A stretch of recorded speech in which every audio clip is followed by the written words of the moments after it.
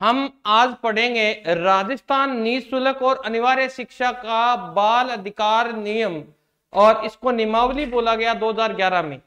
और इसको मैंने आपको पूर्व की क्लास में बताया कि धारा 38 के तहत इसको आरटी 2009 की जो धारा 38 थी उसमें प्रावधान था कि कोई भी राज्य अगर इसमें कोई संशोधन करना चाहे तो वो संशोधन करके इसे अपने राज्य में लागू कर सकता है। इसी वजह से राजस्थान ने इस आरटी 2009 में संशोधन करके पूरे भारत में 1 अप्रैल 2010 को लागू होती है आरटी, परंतु राजस्थान में 1 अप्रैल 2011 को लागू हुई। 29 मार्च को ये क्या हुआ, कैबिनेट ने इसको मंजूरी प्रदान कर दी और 1 अप्रैल 2011 से राजस्थान में इसका हाँ जी स्थापित कर दी गई, लागू कर दी गई। तो ध्यान रखिएगा, यहां से प्रश्न आपका बन जाएगा। अब अगर बात करें कि इसमें गुरुजी क्या क्या चीजें हैं, तो ध्यान रखिएगा इसमें आपके कितने अध्याय हैं। ये कल मैंने आपको बताया था कि इसमें कुल कितने अध्याय हैं, तो ध्यान रखिएगा इसमें 10 अध्याय हैं। और अगर धाराओं की बात करें, धाराएं इसमें कुल कितनी धाराएं हैं, तो ध्यान रखिएगा इसमें कुल 29 धाराएं हैं। कितनी धाराएं हैं? 29 धाराएं हैं। ये बात आप ध्यान, हाँ जी राधे राधे, ये बात आपको ध्यान होनी चाहिए। जल्दी जल्दी हम इनको करते जाएंगे क्योंकि मैंने आपको ये करवा दिया है सब कुछ। धारा 1 में जो चीज मैंने आपको पूर्व में करवाई है वो इनको यहाँ उल्टा पुल्टा करके लिखा गया है, इनको समझाने की आवश्यकता नहीं है। जिनको समझाया जाएगा वो चीज आपको मैं बता दूंगा कि ये चीज थोड़ी सी एक्स्ट्रा है, इसको समझ लो। इसमें नाम दिया गया है, संक्षिप्त नाम दिया गया है, ठीक है।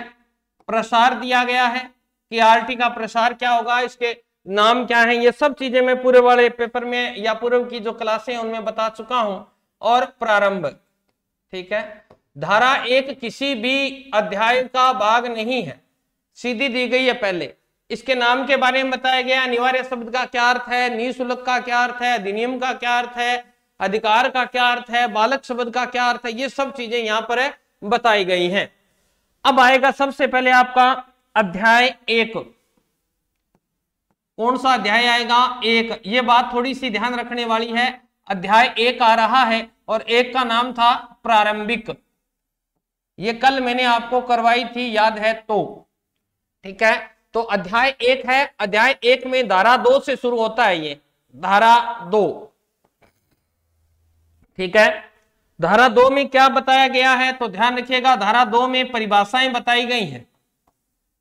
क्या बताई गई हैं? परिभाषाएं बताई गई हैं। और जैसे भाषा शब्दावली की बात हमने की थी, वही भाषा शब्दावली की बात यहां पर है की गई है, ठीक है। जैसे अगर बात करें, यहां मैं अगर लिखना चाहूं तो ये लिखा गया है कि प्रारंभिक शिक्षा, प्रारंभिक शिक्षा, जो प्रारंभिक शिक्षा 1 से 5 और 5 से 8, सर लिखना शुरू कर दें क्या? बिल्कुल साथ साथ लिखते जाएंगे आप आज।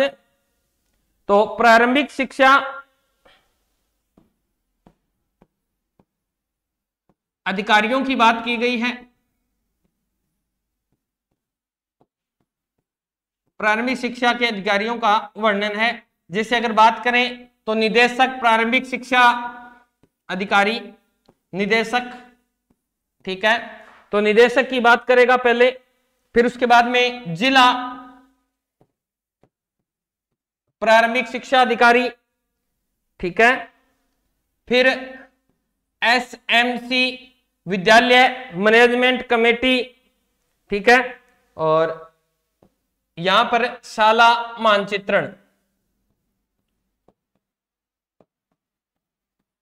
मानचित्रण, इन सब का जिक्र किया गया है। ये चीज मैंने आपको पूर्व वाली क्लास में भी करवाई थी। परिभाषाएं बताई गई है। निदेशक प्रारंभिक शिक्षा अधिकारी बताया गया है, 2 में कहा रहेगा सबसे ऊपर। फिर जिला प्रारंभिक शिक्षा अधिकारी रहेगा। फिर एसएमसी की बात की गई है और फिर शाला मानचित्रण की बात भी यहां पर की गई है, ठीक है। और यहीं पर बताया गया उच्च प्राथमिक विद्यालय 1 से 8 तक कहलाएगा, प्राथमिक 1 से 5 तक कहलाएगा। ये सब बातें यहां पर की गई हैं। तो ये बात आपको ध्यान रखनी है। पहले भाग में सिर्फ 2 ही धाराएं हैं। पहले भाग में कितनी है? कुछ नहीं करवाया, इतना ही करवाया है। देखो पहले भाग में सिर्फ 1 ही धारा है, धारा 2। अब अगर बात करूं अध्याय 2, अध्याय 2, और अध्याय 2 का नाम क्या था? तो आपको पता होगा, अध्याय 2 का नाम हमने कल पढ़ा था, विद्यालय प्रबंधन समिति। विद्यालय प्रबंध समिति यानी एसएमसी का जिक्र यहां पर किया गया है। और ये अपने नहीं था आरटी 2009 में, इसको अलग से यहां पर विस्तृत किया गया है। अब इसमें कितनी धाराएं थी? 3, 4, 5 इसमें थी। तो देखो धारा 3 में क्या कहा गया है, पहले देख लेते हैं। सब समझाया हुआ है, सेम वही प्रोसेस रहेगा जो पहले वाली में था, ठीक है। तो यहां धारा 3 में कहा गया है कि एसएमसी का गठन किया जाएगा। सॉरी,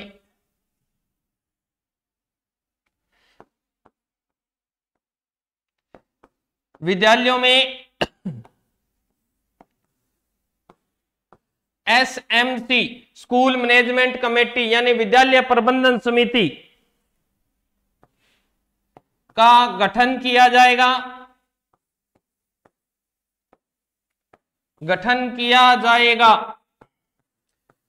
धारा 3 में कहा गया है, ठीक है। और इसका पुनर्गठन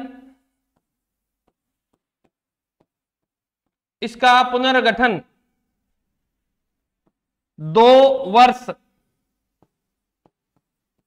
इसका पुनर्गठन 2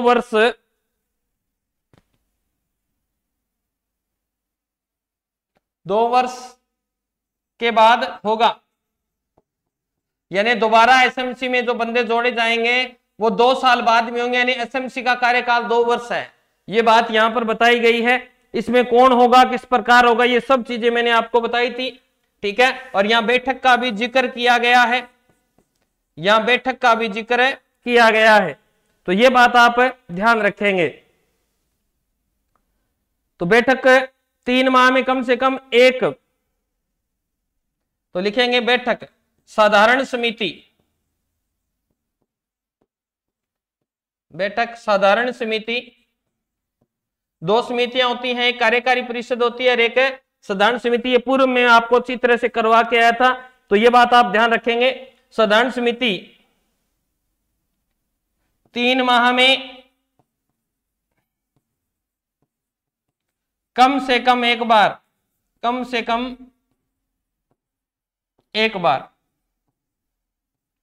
3 माह में कम से कम कितनी बार? एक बार। तो ये ध्यान रखिएगा, साधारण समिति की बैठक 3 माह में कम से कम कितनी बार होगी? एक बार होगी। तो ये बात आप ध्यान रखेंगे। ये आपको मैंने करवा दिया था पीछे वाली जो आरटी 2009 की थी, सेम का सेम प्रोसेस यही है और कुछ नहीं है। यहाँ पे जो चीजें वहां थी वही यहां पर की गई है। वहां पे कौन सी में थी ये? तो ध्यान रखिएगा, धारा 21 में थी आरटी में, धारा 21 के अंतर्गत थी ये, धारा 21 के अंतर्गत आरटी 2009 में। तो ये थोड़ा सा ध्यान रखेंगे, निशक्त जनों को कैसे दी जाएगी, ये सब चीजें पूर्व की क्लास में इसीलिए मैंने करवाया था। विद्यालय में पोषाहार की व्यवस्था करेगी एसएमसी, ये सब चीजें यहाँ पर बताई गई हैं, ठीक है ना। निशक्त बालक है उनको पढ़ाने की व्यवस्था करेगी, प्रतिदिन साल का जो ब्यौरा है विद्यालय वो रखेगा। ये सब चीजें आपकी वहां पीछे मैंने करवा दी हैं आपको। अब धारा 4 की बात कर रहे हैं, जो चीजें पूर्व में हो गई वो दोबारा करवाने की आवश्यकता नहीं है। धारा 4 में वही है, विद्यालय प्रबंधन समिति, विद्यालय प्रबंध समिति यानी एसएमसी प्रबंध समिति। धारा 4 में यह बात की गई है प्रबंध समिति की कार्यकारी समिति, इसमें कितने सदस्य होंगे? 16 सदस्य होंगे। माता पिता जो होंगे वो क्या होंगे? उसके अध्यक्ष और उपाध्यक्ष होंगे। एक सचिव होगा जो स्कूल का प्रिंसिपल होगा, ठीक है। एक वार्ड पंच होगा, जिस क्षेत्र में स्कूल है वहां का। 16 सदस्यों में देखो 11 तो सीधे माता पिता आ गए, एक प्रिंसिपल हो गया 12, एक स्कूल का महिला होनी अनिवार्य है, महिला है तो ठीक है, नहीं तो पुरुष अध्यापक को ले लेंगे। कितने हो गए? 13। और एक वार्ड पंच हो जाएगा 14, जिसमें स्कूल स्थापित है वो वार्ड का पंच। और 2 होते हैं मनोनीत जो विधानसभा के सदस्य है, द्वारा मनोनीत किए जाते हैं, या गांव का कोई एमए किया हुआ व्यक्ति, विद्यार्थी मित्र जो भी है, तो ये 16 सदस्य होते हैं। इन सब का जिक्र यहाँ पे किया गया है। पूर्व की क्लास में मैंने ये चीज आपको करवा दी थी, ये धारा 4 के अंदर है, ये आपको ध्यान रखना है। बार बार इनका जिक्र नहीं करेंगे क्योंकि आप उलझ जाओगे। पीछे वाली अगर आरटी 2009 याद है तो आपको यहां घबराने की आवश्यकता नहीं, ठीक है। फिर आएगा विद्यालय विकास योजना। विद्यालय विकास योजना तैयार करना, योजना तैयार करना,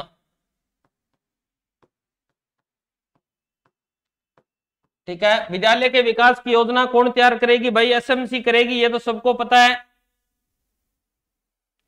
ठीक है। तो ये विकास योजना ध्यान रखनी है, कितने समय के लिए होगी? तो ध्यान रखिएगा 3 वर्षीय। कितनी होगी? 3 वर्षीय विकास योजना।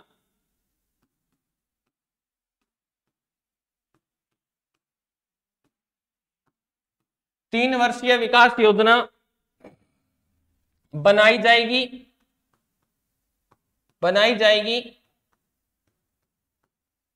जो 3 वार्षिक उप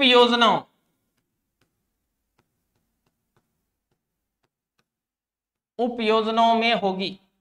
यानी प्रति साल टारगेट रखा जाएगा, 3 साल के लिए योजनाएं बनाई जाएंगी विद्यालय के विकास के लिए। ये चीज भी आपको पूर्व में मैंने समझाई थी, अगर याद नहीं है तो भाई आप ने पढ़ा नहीं है, ठीक है।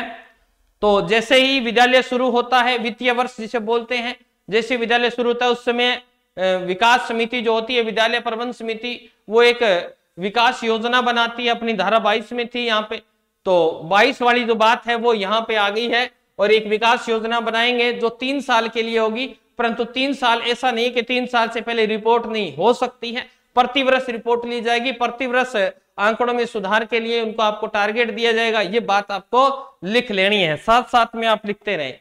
फिर अपना अध्याय आता है भाई तीसरा। अध्याय कौन सा आता है?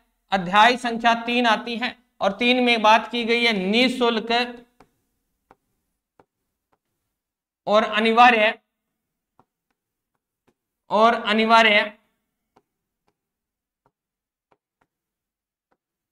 निःशुल्क और अनिवार्य शिक्षा का अधिकार। इसका टाइटल है अध्याय 3 का अधिकार।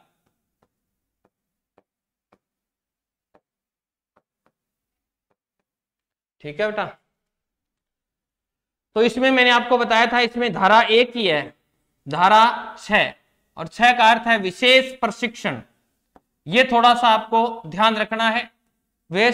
विशेष प्रशिक्षण, विशेष प्रशिक्षण की बात करें तो स्पेशल ट्रेनिंग की बात की जा रही है, ठीक है। तो ये थोड़ा सा अपन लिख लेंगे। तो लिखेंगे एसएमसी राज्य सरकार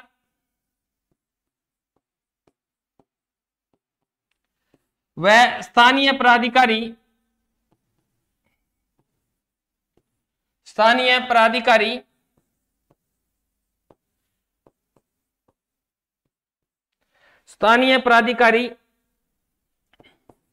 विशेष प्रशिक्षण, स्पेशल ट्रेनिंग देने वाले कुछ बच्चे होते हैं, उनकी जिक्र कर रहा है ये। विशेष प्रशिक्षण की अपेक्षा करने वाले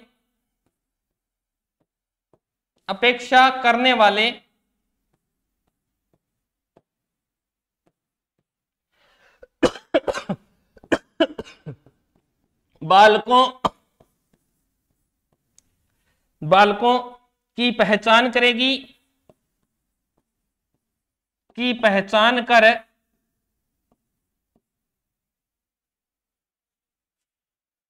उनके प्रशिक्षण की व्यवस्था करेगी। उनके प्रशिक्षण की व्यवस्था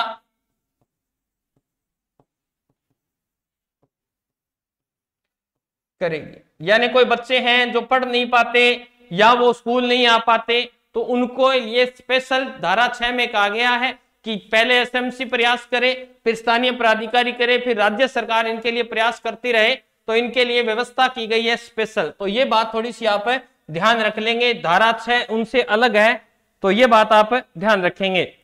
तो यहां पे आपको पूछ सकता है वो प्रशिक्षण की अवधि कितनी हो सकती है, तो ये थोड़ा सा आप नोट कर लेंगे।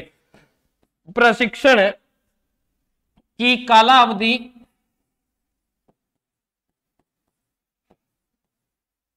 प्रशिक्षण की कालावधि 3 मास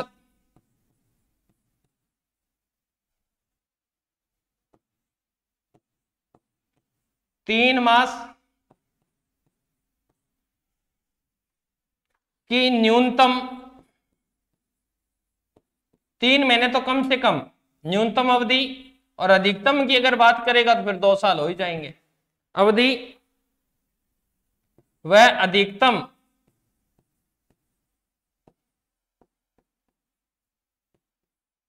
2 वर्ष। प्रशिक्षण की कालावधि 3 मास की न्यूनतम अवधि वह अधिकतम 2 वर्ष होगी। ठीक है, तो ये थोड़ा सा ध्यान रखें, कम से कम ट्रेनिंग अगर देनी है तो 3।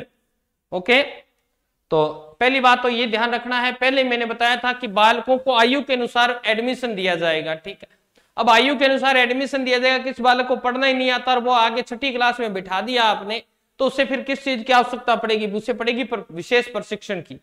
ठीक है, तो उसे या तो 3 महीने में अध्यापक अतिरिक्त क्लास लगाकर उसका सिलेबस पूरा करवाए, कैसे भी करके उसे कवर करवाए। ठीक है, और अधिकतम 2 वर्ष की उसके लिए अवधि रहेगी, अध्यापकों के लिए चैलेंज रहेंगे वो बालक। ओके, हाँ जी। फिर अगर बात करें, हाँ पहले इतना उतारो आप, फिर उसके बाद की बात करेंगे अपन, पहले इतना उतार लें आप, उतारो भाई, बहुत बढ़िया बात है भाई, सबके याद है। देखो गजब की परफॉर्मेंस आ रही है भाई, आपकी सभी की गजब परफॉर्मेंस आ रही है, तो उतारो भाई उतारो।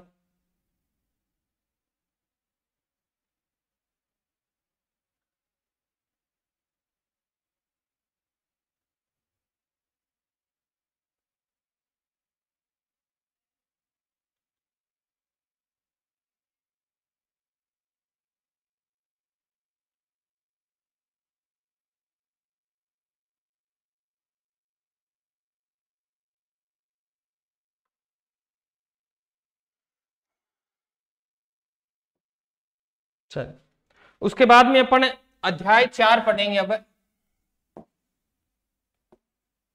अध्याय 4, अध्याय कौन सा, 4, और इसका नाम क्या है, नाम है राज्य सरकार।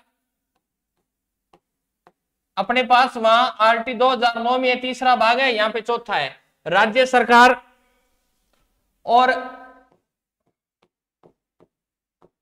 स्थानीय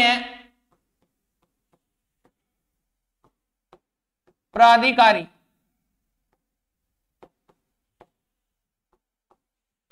के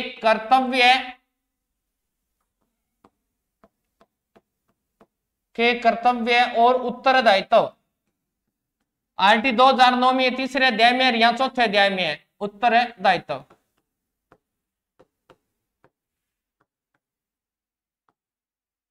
ठीक है, ओके, चलिए तो हम यहां बात करेंगे,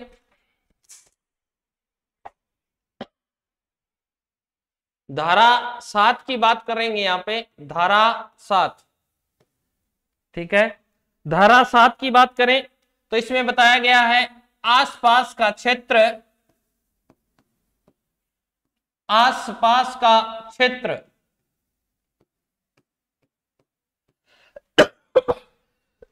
या सीमाएं, या सीमाएं कि जहां विद्यालय कहां होगा कहां नहीं होगा, इन सब का जिक्र आपकी धारा 7 में किया गया है। तो ये बात आप ध्यान रखेंगे कि राज्य सरकार वहां क्या करेगी, स्कूल स्थापित करेगी। क्या करेगी, राज्य सरकार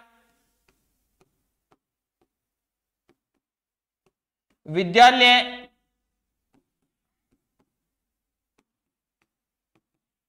स्थापित करेगी। कहां करेगी भाई, ये आपको मैंने सब बताया हुआ है। देखो अगर बालक 1 से, ध्यान रखिएगा, कक्षा 1 से 5, 1 से 5, इनके लिए विद्यालय कितने किलोमीटर की दूरी पे होना चाहिए? 1 किलोमीटर के दायरे में होना चाहिए। अगर नहीं है तो सरकार को यह स्थापित करना पड़ेगा। ठीक है, फिर अगर बात करें कक्षा 6 से 8,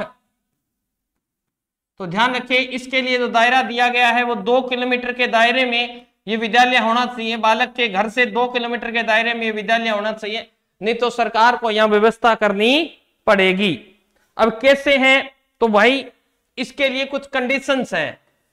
ठीक है, कुछ क्या है, कुछ सीमाएं हैं। क्या क्या सीमा है देख लेते हैं। पहली सीमा तो यह है कि वहां पर जहां विद्यालय स्थापित किया जाए वहां न्यूनतम जनसंख्या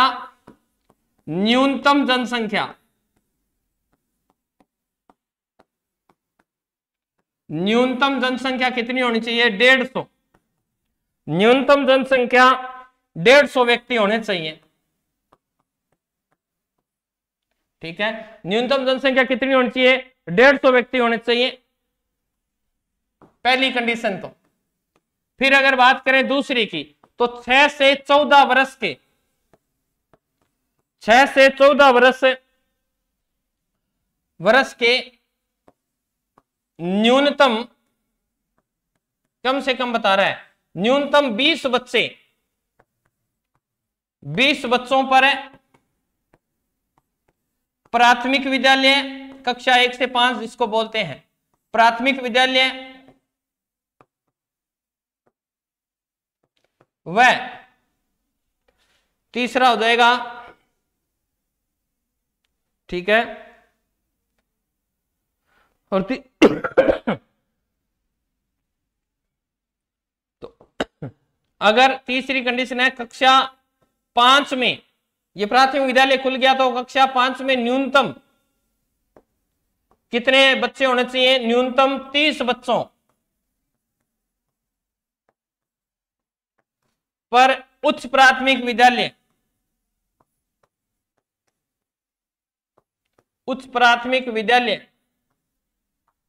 ठीक है स्थापित किए जाएंगे।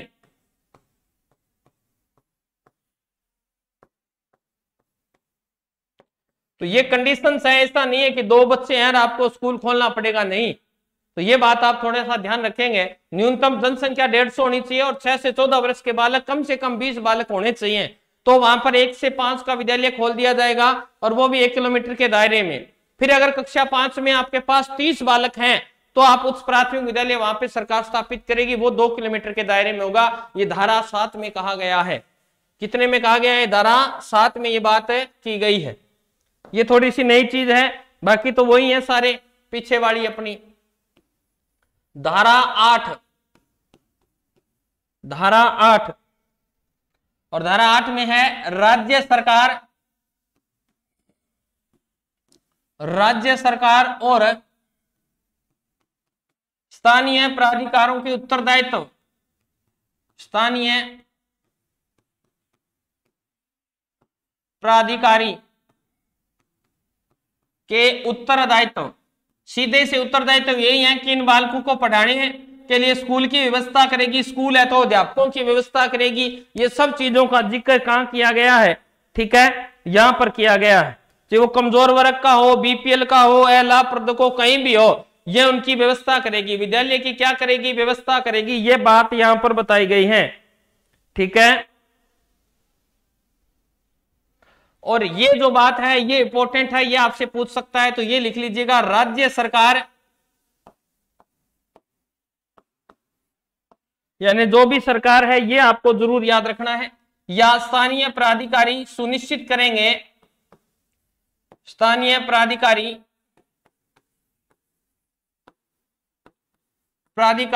सुनिश्चित करेगा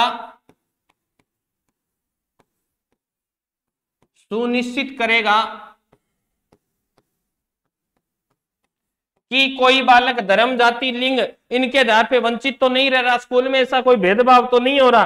ठीक है, कि विद्यालय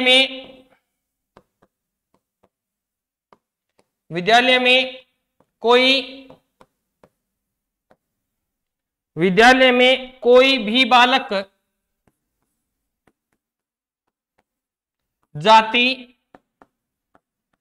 ठीक है, कोई भेदभाव तो नहीं कर रहा है ऐसा, वर्ग, एससी का है, एसटी का है, ओबीसी का है, जर्नल का है, ऐसा, धर्म है ना, तो मोमडन है, या हम लड़कियों को एडमिशन नहीं देते, लड़कों को देते, इस तरह। लिंग संबंधी, ये थोड़ा सा इंपॉर्टेंट है आपका, ये इसको याद रखिए, लिंग संबंधी दुर्व्यवहार, लिंग संबंधी दुर्व्यवहार या किसी भी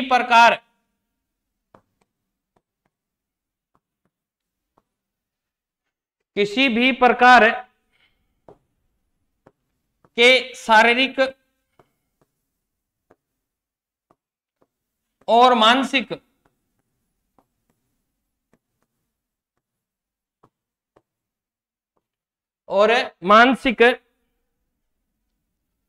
उत्पीड़न के अधीन न हो। यानी ऐसा नहीं है कि कोई मार रहा है, पीट रहा है, आपको प्रेशराइज कर रहा है, अधीन नहीं होने चाहिए। इस बात को सुनिश्चित कौन करेगी? वहां की स्थानीय सरकार और जनता इस बात को निश्चित करेगी। तो भाई उतार लो इसको, वेरी वेरी इंपॉर्टेंट है इस स्लाइड में, तो ये सारी चीजें आपके बड़ी महत्वपूर्ण है। तो ये थोड़ा सा उतार लें आप।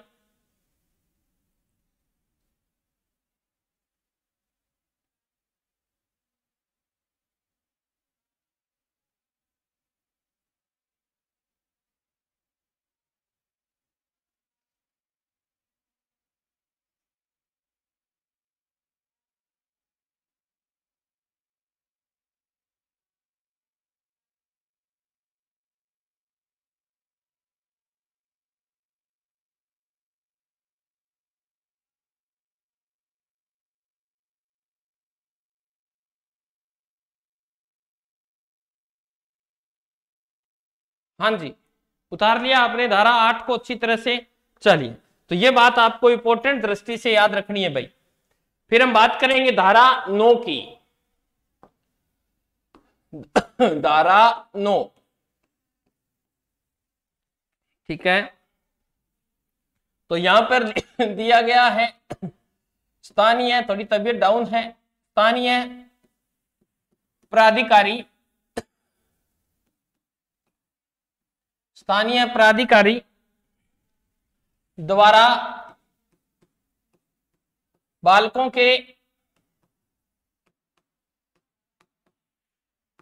अभिलेखों, यानी रिकॉर्ड, अभिलेखों को इंग्लिश में रिकॉर्ड बोलते हैं बेटा, थोड़ा सा आप ध्यान रख सकते हैं, यहां लिख देता हूं मैं, अभिलेखों का रखा जाना, कि उसके जितने भी जानकारी है बालक की, पढ़ाई की और सब चीजों का डाटा संग्रह है, वो स्थानीय प्राधिकारी अपने पास रखेंगे। तो ये ध्यान रखिएगा कि स्थानीय प्राधिकारी 14 वर्ष से कम आयु के जितने बालक हैं, स्कूल में पढ़ रहे हैं, उनका डाटा अपने पास क्या रखेगा? स्टोरेज रखेगा। ये धारा 9 में जिक्र किया गया, ठीक है, तो ये तो जरूरत ही नहीं है, आपको इतना ही याद रखना है। फिर हम बात करेंगे अध्याय 5 की, अध्याय 5, ठीक है, और अध्याय 5 में आपको मैंने बताया था कि इंपॉर्टेंट है आपके लिए, क्योंकि इसमें आपके काम की बात है, विद्यालयों व शिक्षकों के उत्तरदायित्व की बात की गई, शिक्षकों के उत्तरदायित्व।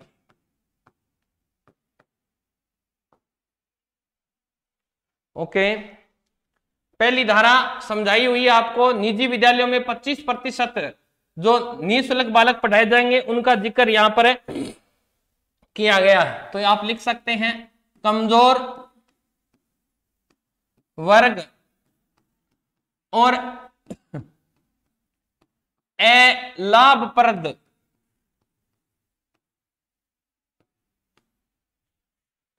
अलाभप्रद समूह है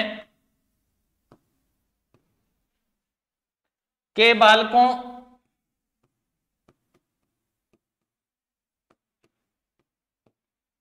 के प्रवेश, ठीक है, ये इसका टाइटल है धारा का। तो प्रवेश कितना प्रतिशत है, ये याद रखियो 25%। आपको ये लॉटरी के द्वारा ये निकाला जाता है। जो आपके पिछड़े वर्ग के लोग हैं जैसे SC ST OBC है ना, विशेष EWS वाले, फिर जनरल वाले बालकों को RT के तहत 2009 के तहत 25% बालक, यानी जो निजी विद्यालय हैं वहां पर 25% बालकों का एडमिशन किया जाता है। उनकी सरकार, उनका जो फीस होती है प्राइवेट स्कूल की, उसका वहन कौन करेगी, राज्य सरकार और केंद्र सरकार मिलकर करती है। और सरकारी स्कूलों में तो वैसे भी निःशुल्क है। और अब तो इंदिरा पुनर्भरण योजना के तहत उनकी भी फीस राज्य सरकार भरेगी, बालिकाओं की जो कक्षा 9 से 12 में पढ़ती हैं। ये भी नई स्कीम आ गई है और अब की बार ये लागू हो जाएगी। तो ये आपको मैंने धारा 10 पीछे करवाई हुई है, ज्यादा डिटेलिंग से पढ़ने की आवश्यकता नहीं है। तो धारा 11 समझा दी थी मैंने आपको वहां पे। और धारा 11 में है राज्य सरकार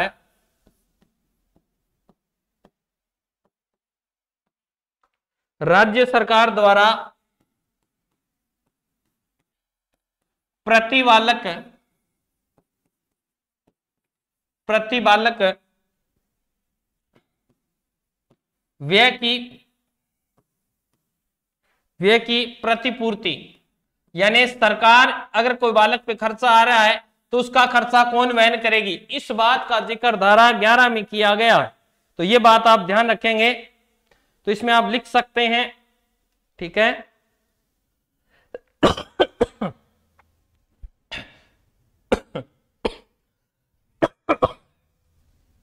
थोड़ी तबीयत, तो उसमें तो धारा 12 में थी, यहां धारा 11 में ही है ये बात, ठीक है।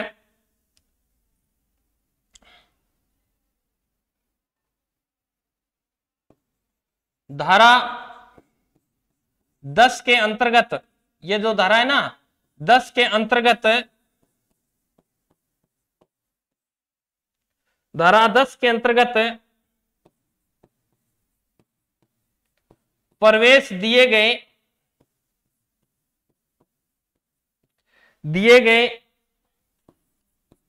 बालकों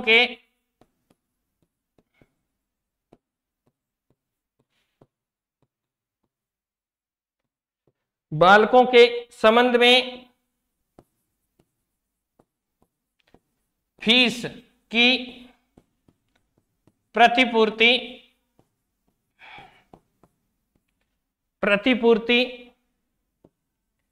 के लिए समस्त जिला प्रारंभिक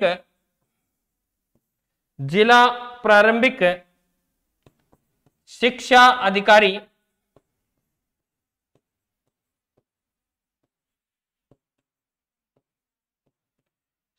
अधिकारियों को समिति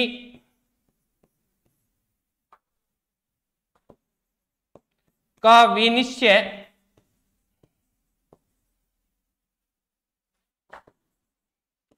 सुनिश्चित करेगा।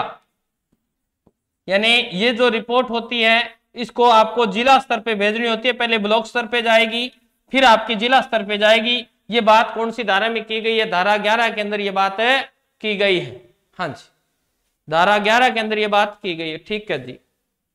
चलें फिर, हो ही गया आपका, इसी में और लिखवा देते हैं। चलो लिखवा दो भाई, ये लो एक धारा और लिख लेते हैं भाई, यहाँ पे पेज छोटा लग रहा है तो।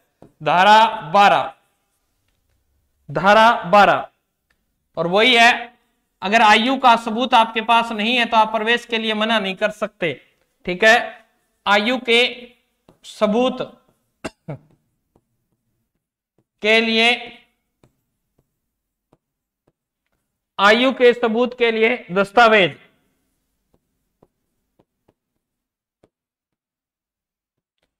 ठीक है। धारा 12 में आयु के, तो ध्यान रखिएगा यहां पर बताया गया है कि बालक के सबूत, अगर उसके पास आयु का कोई भी सबूत नहीं है तो आप एडमिशन से नहीं रोक सकते।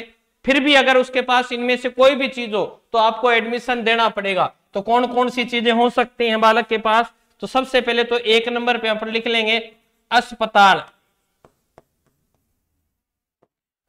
कह दो या इसे सहायक नर्स कह दो, नर्स, या आप इसे दाई कह सकते हो, दाई, ठीक है, इसे एएनएम बोलते हैं, एएनएम, दाई को एएनएम। रजिस्टर अभिलेख, अगर वहां कोई दाई उस पर लिख के दे रही है तो वो भी प्रमाण पत्र माना जाएगा उस बालक का जन्म का। तो ये 1 नंबर पे तो ये बात हो गई। 2 नंबर की बात करें तो 2 नंबर में आंगनवाड़ी,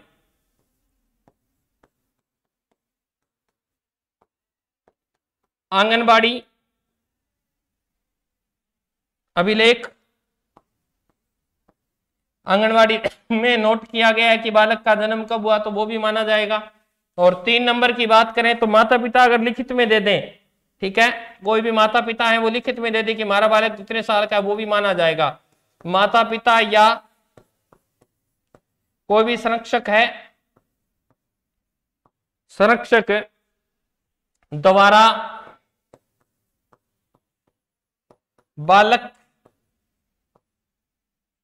बालक की आयु का घोषणा पत्र, घोषणा पत्र, तो ये उसके प्रमाण माने जाएंगे। हाँ जी, लीजिए मैं एक साइड में हो गया, आराम से इसको लिख लीजिए, ठीक है जी, लिखो बेटा लिखो।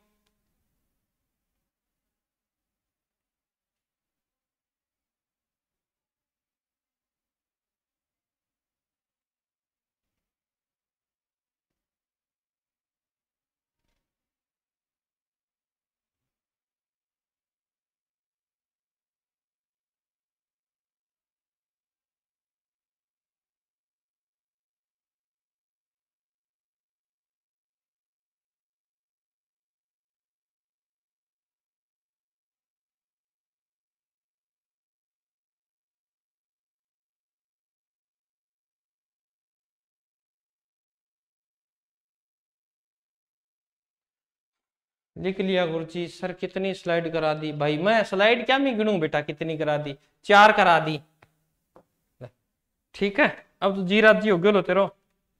धारा 14, धारा 14, धारा 14 में विद्यालयों की मान्यता की बात की गई है, विद्यालयों की मान्यता। ये चीज मैंने आपको बता दी कि बिना मान्यता कोई भी विद्यालय नहीं चलेगा, उसको मान्यता लेनी पड़ेगी, अगर नहीं लेता है तो उस पर जुर्माना वहन किया जाएगा। पूर्व वाली क्लास में सब चीजें आपको करवा दी थी, ठीक है, तो ये बात आपको ध्यान रखनी है। तो इसकी मान्यता का जिक्र किया गया है धारा 14 में, ठीक है। तो राजस्थान में एक जिसके तहत मान्यता मिलती है, एक अधिनियम है इसे राजस्थान गैर सरकारी, थोड़ा सा ये अधिनियम आप याद रख सकते हैं, गैर सरकारी शैक्षिक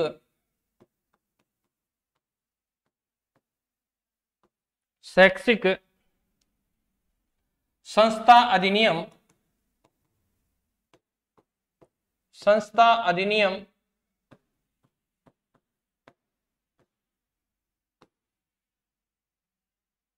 ओहो गलत लिखा गया अधिनियम 1989, ठीक है, परंतु अब तो वर्तमान में तो 92 वाला ज्यादा चल रहा है ना, 1992 अधिनियम संख्या 19, ठीक है, इसके तहत भी मान्यता मिलती है। तो राजस्थान गैर सरकारी शैक्षिक संस्थान अधिनियम 1989 और बार बार अब वर्तमान में 1992 वाले अधिनियम की संख्या 19 के तहत मान्यता प्राप्त होने के बाद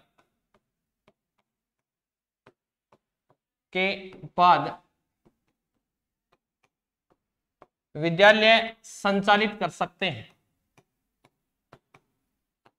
संचालित कर सकते हैं। बिना मान्यता कोई भी विद्यालय संचालित नहीं करेगा, इसके लिए जुर्माने का प्रावधान है। सर धारा 13 रहेगी है, 13 रहेगी, गठे सी रहेगी रह 13 करवाई कौन के? ओहो बहुत बढ़िया भैया आपने बता दिया, मैं तो करवा देता आपको। चलो कोई बात नहीं, हम धारा 13 पढ़ लेते हैं। ये लो धारा 13, धारा 13 ठीक है। तो धारा 13 में है प्रवेश के लिए एडमिशन जो होंगे वो वैसे तो पूरे साल हो सकता है, परंतु फिर भी कुछ सीमा तो निर्धारित है। विस्तारित कालावधि का उल्लेख है।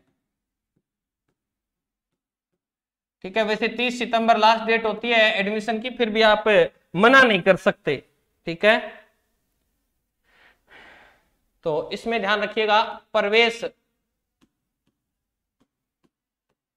की विस्तारित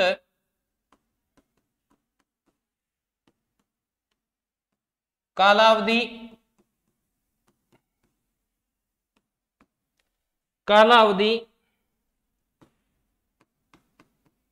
शैक्षणिक वर्ष के प्रारंभ से, जिस सत्र शुरू हुआ है उससे प्रारंभ से 6 माह तक होगी, यानी 6 महीने तक आप एडमिशन उसे दे सकते हैं। ये आप यहां पर लिखा गया है। तो इसके अंदर ये बात आपको यहां पर बताई गई है कि कितने दिनों में एडमिशन आप दे सकते हैं। ठीक है, और इसके बाद अगर एडमिशन दिया जाता है तो उसकी बालक की शिक्षा की व्यवस्था स्कूल करेगा। और स्कूल के अंदर, हाँ जी कोई बात, धारा लिखवा दी बेटा, स्कूल के अंदर क्या करना है, स्कूल के अंदर उसे अतिरिक्त क्लास लगाकर उसका सिलेबस पूर्ण करवाया जाएगा। ओके, और फिर है धारा 15। धारा 15 क्या हो गया और क्या रह गया? हाँ जी कुछ नहीं रहा, तो लास्ट करेंगे आज की धारा 15। विद्यालय की मान्यता वापस लेना। धारा 15 में कहा गया है कि आप अगर सरकार के बनाए हुए कायदे कानूनों पर नहीं चलते हैं, आप अपनी मर्जी चलाते हैं और सरकार के जो मानक निर्धारित किए गए हैं आप नहीं करते हैं, तो आप मान्यता को क्या कर दिया जाएगा? रद्द कर दिया जाएगा। ठीक है, ये भी कौन सी धारा के तहत है? ये भी आपकी इसी धारा के तहत है। ये भी किस धारा के तहत है? इस धारा के तहत है। इस अधिनियम के तहत ये क्या किया जाएगा? आपकी मान्यता को क्या कर दिया जाएगा? रद्द कर दिया जाएगा। तो ये बात आप थोड़ी सी ध्यान रखेंगे। अगर आप 3 वर्ष के अंदर जो भी कंडीशंस लगी हुई हैं, अगर आप उसके अनुसार अधीन उसकी कोई भी कंडीशंस को पूरा नहीं करते हैं तो विद्यालय की मान्यता आपकी रद्द कर दी जाएगी। ये 15 तो आज हो गई और 14 कल रहेगी, तो कल हम 14 और पढ़ लेंगे। आज के लिए इतना ही, मिलेंगे कल सेम टाइम सेम जगह। तब तक स्वस्थ रहें, मस्त रहें। जय राजस्थान, जय भारत।